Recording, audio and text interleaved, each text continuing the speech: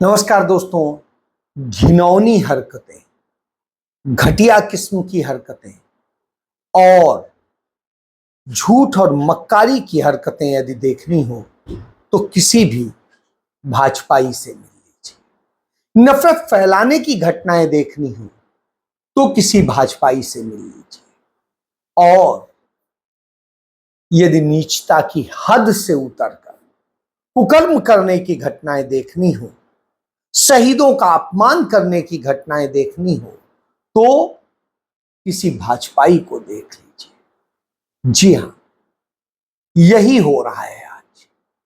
देश तमाम सारे संकटों से गुजर रहा है, लेकिन भाजपाई नफरत फैलाने, झूठ बोलने और देश के शहीदों के लिए, देश के लिए शहीद होने वालों को बदनाम करने पे लगे, उनको बेइज्जत करने पे लगे। ऐसी ही घिनौनी हरकत की है भारतीय जनता पार्टी के आईटी सेल के अमित मालवीय ने। उसने देश के लिए शहीद होने वाली हमारी प्रधानमंत्री श्रीमती इंदिरा गांधी को कलंकित किया है। उसने देश के लिए शहीद होने वाले पूर्व प्रधानमंत्री राजीव गांधी को कलंकित किया है। उसने कलंकित किया है हमारे राष्ट्रपिता महात्मा गांधी की शहादत को, और उसने कलंकित किया है हमारे देश के तमाम उन शहीदों को जिन्होंने देश के लिए, देश की आजादी के लिए अपना जीवन खोया है। चाहे भगत सिंह हो, चाहे अशफाक उल्लाह हो, चाहे चंद्रशेखर आजाद हो, चाहे ऊधम सिंह हो या कोई हो। उसने 7.5 लाख उन कांग्रेसियों का जो देश के लिए शहीद हो गए आजादी, उनका अपमान किया है। उसने जितने निकृष्ट भाषा का इस्तेमाल किया है वह अपने आप में दिखाता है कि कितनी नफरत भरी है, कितने घिनौने शब्द इनके शब्दकोश में है। अभी हमने देखा था आपातकाल को लेकर के इन्होंने 50 साल होने को आ रहे हैं और तब क्या कहा, संविधान हत्या दिवस। संविधान की हत्या तो आप कर रहे हैं, और जिसको आप संविधान हत्या कह रहे हैं वो तो संविधान के ही तहत था, संविधान के प्रायोजनों के तहत था, उसके बताए दिशा निर्देशों के तहत था। आप तो आज सचमुच संविधान की हत्या कर रहे हैं, क्योंकि आपने संविधान के तहत कुछ नहीं किया है, उसे असंवैधानिक तरीके से आप कर रहे हैं, तो हत्या आप कर रहे हैं। आपने अघोषित आपातकाल लगा रखा है, आपने हर वह काम किया है जिसे निकृष्ट कहा जाएगा।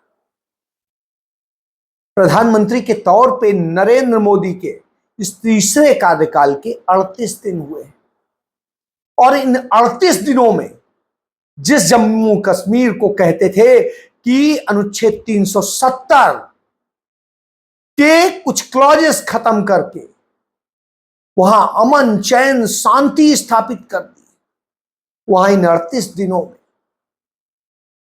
13 जवान अफसर शहीद हो गए, 10 नागरिक शहीद हो गए, सैकड़ों लोग घायल हुए, जवान हमारे घायल हुए। तो आप सोचिए, जब यह दशा हो तो आप कौन सा भारत बना रहे हैं। आपके ही बनने के बाद नक्सली हमले हुए हैं और उनमें हमारे देश के तमाम जवान शहीद हो गए। इन्हीं 38 दिनों में मणिपुर में हमले हुए हैं और हमारे तमाम जवान शहीद हो गए, नागरिक चले गए इस दुनिया से। इन्हीं 38 दिनों में त्रिपुरा में तमाम कांग्रेसियों को बदले की भावना से मारा गया है। कई के हाथ काट दिए गए, कई के साथ कुछ और घटनाएं हुई। हिंसा का एक दौर जारी है और सब सत्ता प्रायोजित। सत्ता इस तरह के घिनौने खेल खेल रही है, यही भाजपा का काम रह गया। हालात इतने बद से बदतर हैं कि कहीं पर भी कुछ हो रहा है। अभी भारतीय जनता पार्टी की ही ज्वाइंट गवर्नमेंट में मंत्री रहे थे वीआईपी पार्टी के, उनके पिता की हत्या कर दी जाती है। और ये सब डबल इंजन की सरकार वाली राज्यों में हो रहा है। इस तरह के घिनौनी हरकतें हो रही, और घिनौनेपन की हद तो इतनी है कि मध्य प्रदेश में एक युवक की शादी थी, शादी के वक्त ही पुलिस उठा ले गई, इतना पीटा कि वो मर गया। उस लड़की से जिससे शादी होनी थी उसने अपने ऊपर तेल डाला, आग लगा ली, उसकी चाची ने आग लगा ली।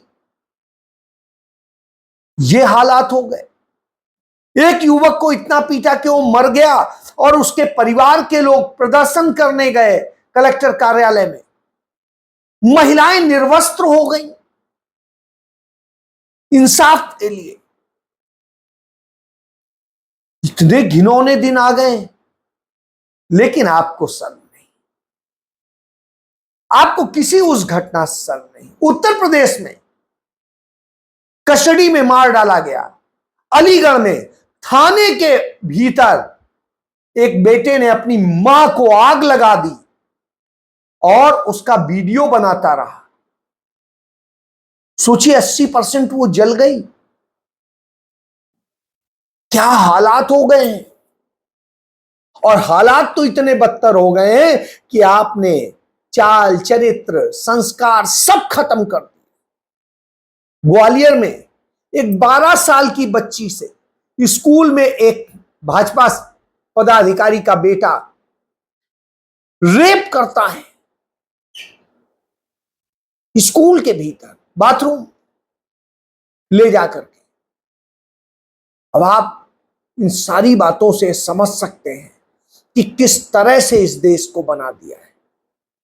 इस देश को उस हालत में लाके खड़ा कर दिया है कि न शिक्षा है, न स्वास्थ्य है, न संस्कार है। देश आतंकवाद की भेंट चढ़ चुका है। देश में अराजकता व्याप्त है। क्या कहें, जंगल राज बड़ी छोटी सी चीज होती है। उस तरह के हालात हैं। फिर कहते हैं कि साहब मोदी के हाथ में देश बड़ा सुरक्षित है।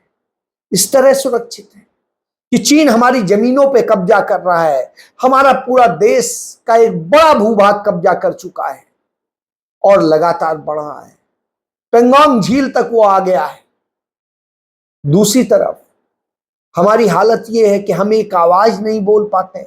श्रीमती इंदिरा गांधी तो वो थी जिन्होंने पाकिस्तान के 2 टुकड़े कर दिए थे, जिन्होंने परमाणु विस्फोट करके अमेरिका को डरा दिया था, जिन्होंने चीन से, अमेरिका से लड़ करके सिक्किम को भारत में मिला लिया था, उसका राज्य बना दिया था। इंदिरा जी तो वो थी जिन्होंने त्याग और बलिदान किया इस देश के लिए। अपने सारे जेवर इस देश में युद्ध कर रहे सैनिकों के कल्याण के लिए दे दिए थे। उन्होंने अपना सारी संपत्ति इस देश के लोगों को दे दी थी। और यही नहीं, उनके बेटे संजय गांधी ने जो मारुति कंपनी बनाई थी, वो कंपनी भी उन्होंने भारत सरकार को दे दी थी कि ले जाइए, देश की बननी चाहिए। सोचिए वो सोच थी, और वो देश की एकता अखंडता के लिए शहीद हो गई। उनको लांछित आप करते हैं। आप लांछित करते हैं राजीव गांधी को, जिन्होंने इस देश के युवाओं को भविष्य दिया, सूचना क्रांति दी, सूचना प्रौद्योगिकी दी, उन्होंने science and technology the, youth department दिया और सारी चीज दी, पंचायती राज दिया, महिलाओं को 50% आरक्षण देने की तरफ कदम बढ़ाया,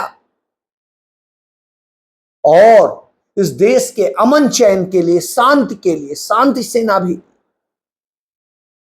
जो शहीद हुए इस देश के लिए, उनको लांछित करते हैं। शर्म आनी चाहिए जब ये हालात। लेकिन मैं उस गांधी परिवार की प्रशंसा करूंगा जो इन पर दर्द व्यक्त नहीं करता, जो व्यक्त करता है चिंता कि कैसे हिंसा हो रही देश में, कैसे लड़कियों की आबरू लूटी जा रही है, कैसे और घटनाएं हो रही। शायद यही वजह है कि अमर्त्य सेन कहते हैं कि अब यह देश राहुल गांधी को उम्मीद के तौर पे देख रहा है। उनमें अमूलचूल परिवर्तन आया है, अभूतपूर्व परिवर्तन आया है। जब वो कैम्ब्रिज यूनिवर्सिटी में पढ़ा करते थे और मैं वहां पर टीचर था, उस समय वो राजनीति में जाने के अनिच्छुक थे और वो भ्रमित थे कि कहां किस जगह काम करें। लेकिन आज वो स्पष्ट है कि उन्हें देश के लिए काम करना है, देश के लिए। उन्होंने भारत जोड़ो यात्रा से लेकर सब कुछ, इतना कुछ जाना जितना किसी को ज्ञान नहीं। उन्हें हर तरह का ज्ञान है।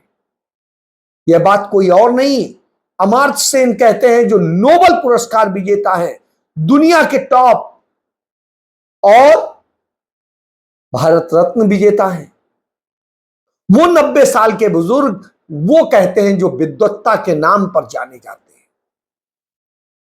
तो आप समझिए कि राहुल गांधी उसके बावजूद कुछ नहीं, कोई दिखावा नहीं। वो 56 भोग खाने अंबानी का नहीं जाते हैं, वो पास की एक रेस्टोरेंट में पिज्जा खाने चले जाते हैं, वो भी अपने पैसे से। यह होता है। वो बताओ, नेता प्रतिपक्ष उन्हें अपने आप को सिद्ध करना है और वो सिद्ध कर रहे हैं। तो यह बताता है कि अब देश के मुद्दों पर देश के लिए लड़ने वाला सिर्फ एक व्यक्ति है और वो है राहुल गांधी। तो राहुल गांधी उम्मीदों के आश्रय पूरा देश है। तो अब राहुल गांधी की इसलिए जरूरत है क्योंकि वो नफरत के बाजार में मोहब्बत की दुकान खोलते हैं। वो इस देश को लड़ाते नहीं, बल्कि इस देश को जोड़ने की बात करते हैं। यही अंतर है राहुल गांधी में और भाजपाइयों में, कांग्रेस में और भाजपाइयों में, संघियों में। यही अंतर है राहुल गांधी या गांधी परिवार में और संघ परिवार वालों में, कि एक नफरत, झूठ, मक्कारी और गंदगी परोसते हैं, दूसरे साफ सुथरा अच्छा भविष्य देना चाहते हैं युवाओं को, दूसरे लोगों को। बेरोजगारी से देश जूझ रहा है, घरेलू बचत खत्म हो गई है। घरेलू बचत की यह स्थिति है कि आज गर्त में चला गया है देश। 19% घरेलू बचत कम हो गई है। जीडीपी की जब बात करते हैं, कर्ज, जीडीपी का कर्ज 41% हो गया है। और इसके बाद जब बात करेंगे कि लोगों के काम करने की उम्र बढ़ गई है, लेकिन उनकी बचत घट गई है, उनकी आमदनी घट गई है, तो यह बताता है कि कितनी दुर्दशा में देश के लोग हैं। बेरोजगारी की यह हालत है, कहीं भी कोई पद पर यदि पोस्ट पर निकलती है नौकरी, तो ऐसी भीड़ टूटती है जैसे लगता है कि अथाह कोई बड़ा वो हो गया हो। देश बेरोजगारी, महंगाई से ऐसे जूझ रहा है। तब लड़ने वाला चाहिए, तो लड़ने के बजाय नफरत परोसने का काम करती है भारतीय जनता पार्टी, उसके लोग। इसीलिए अब देश के लोग नहीं चाहते हैं भाजपा को, और यही अब लड़ाई है, यही विचारधारा है जो राहुल गांधी लड़ रहे हैं, जिस बात को अमर्त्य सेन बड़ा बखूबी स्पष्ट करके बताते हैं, हर हालात को बताते हैं। जय